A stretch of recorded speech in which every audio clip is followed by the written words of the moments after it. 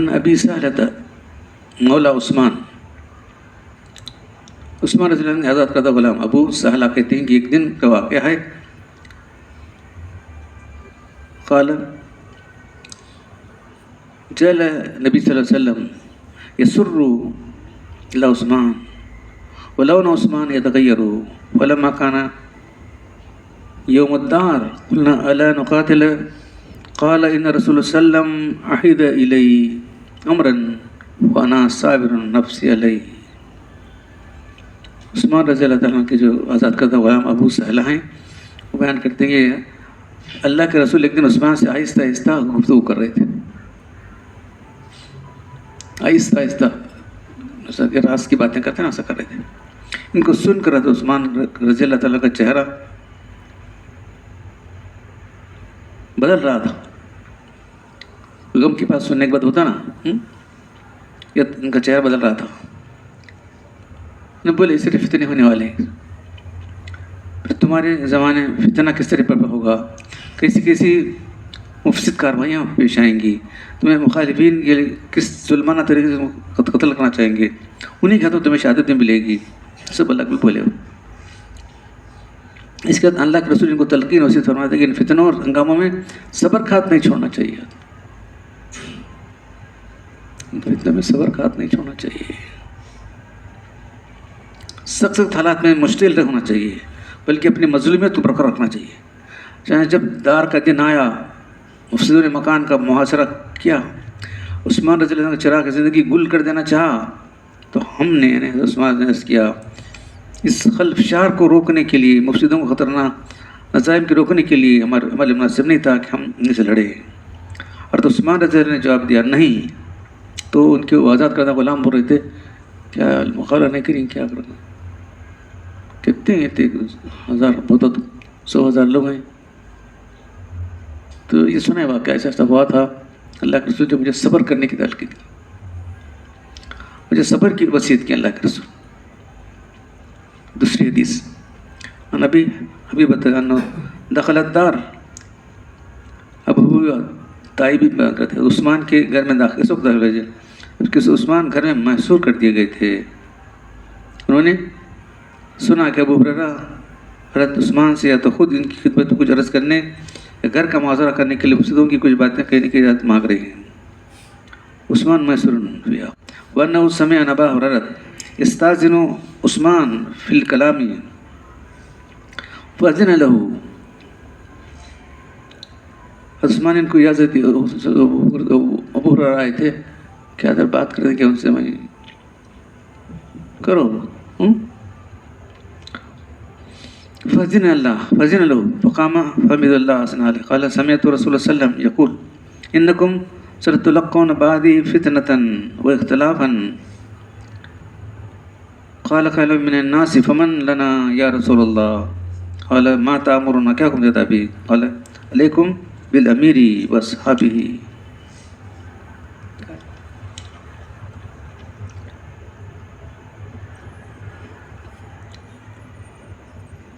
ابو ہریرہ کھڑے ہو گئے اور کہا انہوں نے اللہ کی ہم تو ثنا بیان کی اور کہا کہ ایک دن میں نے اللہ کے رسول کو فرماتے سنا میرے بعد تم لوگ فتنوں اور باہمی اختلافات میں کیا آزمائش میں دوچار ہو گئے. اختلافات اور فتنوں کا ذکر کیا اللہ کے رسول نے. وہاں موجود لوگوں میں سے کسی نے پوچھا اللہ کے رسول ان فتنوں کے دوران ہم کس کو فالو کرنا, فتنے ہوں گے آپ بول رہے ہیں کس کے پیچھے چلے ہم لوگ, ہمارا کون ہوگا, کس شخص کی پیروی کرنا چاہیے جس سے ہمارے دین اور دنیا کا فائدہ ہو, خرابی نقصان سے بچ جائیں. انہوں نے فرمایا اللہ نے فرمایا جو تمہارا امیر ہے. کون امیر؟ خلیفہ. اللہ کے بولتے خلیفہ اس کو چلو امیر کے لفظ زور دیتے فرمایا اللہ کے رسول نے. بھی امیر کے لفظ زور دیا. ابو ہریرہ نے زور دیتے فرمایا.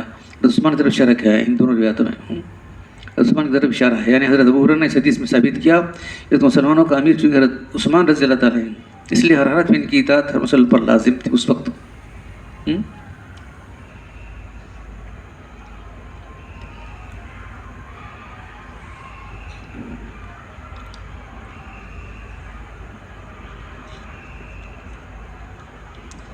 سب لوگ جو ہے اعتراضات کرتے رہتے ہیں.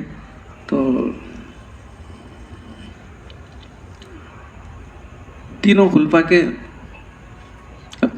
تین جنوں کے فضائل ابو بکر صدیق، عمر اور عثمان، تینوں کے فضائل کے مناقب.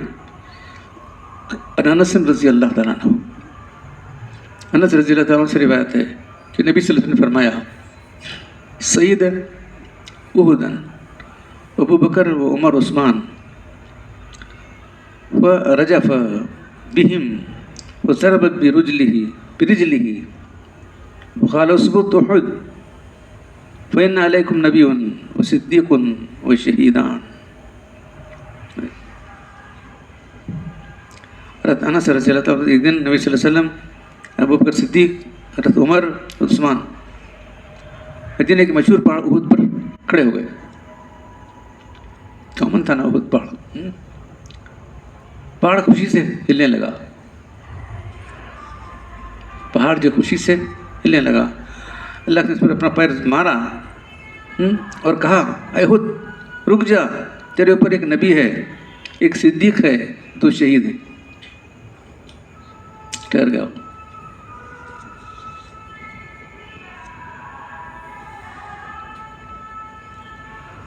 تینوں کو جنت کی بشارت.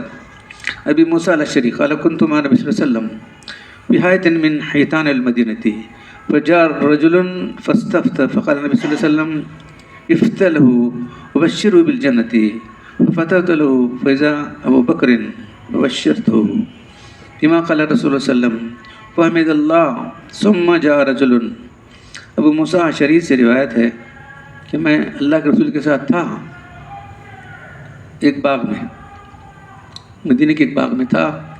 تو جو ہے ایک کوئی آیا، آ کے جو دروازے کھٹکھٹائے ہونا، یہ وہاں جو ہے دیوار ہے باغ کی، آنا چاہتے ہیں، اجازت طلب کی. تو اللہ کے بولے جاؤ ان کو جنت کی بشارت دو، دروازہ کھولو. انہوں نے سن کر کہا اللہ کا شکر ہے الحمدللہ. دیکھو کون تھے؟ حضرت ابو بکر تھے. پھر اس کے بعد ایک دوسرے شخص آ گئے. ثم جاء رجل فاستفتى، دوسرا آدمی آ کے اور دروازہ کھٹکھٹایا اور اللہ کے ان کو دروازہ کھولو اور ان کو جنت کی بشارت دو. تو میں جا کے دروازہ کھولا، وہ موسیٰ الاشعری ان کو جنت کی بشارت دیا. ویسا کون تھے؟ عمر رضی اللہ تعالیٰ تھے. انہوں نے بھی کہا کہ الحمدللہ اللہ کا شکر ہے. اس کے بعد تیسرے شخص آئے، انہوں نے دروازہ کو کھٹکھٹایا تو اللہ نے کہا کہ دروازہ کھولو، ان کو جنت کی بشارت دو. الا بلوا تصیبہ، جو مصیبتیں آزمائش ان کو پہنچنے والی ہیں اس پر ان کو جنت کی بشارت دو.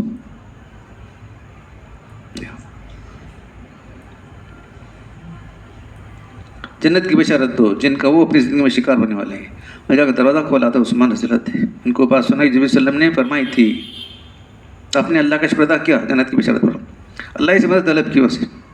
اللہ المستعان، اللہ سے مدد کرنے والا. بھی اتنے فتنے ہونے والے، اتنے فتنوں اور بلاؤں کے بعد جنت ہے، تو میں اللہ سے مدد طلب کرتا ہوں. اللہ کا شکر ہے، اللہ سے مدد طلب کرتا ہوں.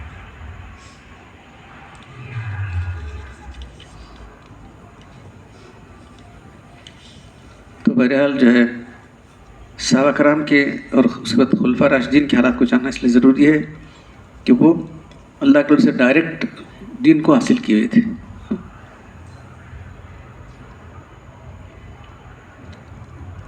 دین کا صحیح مفہوم،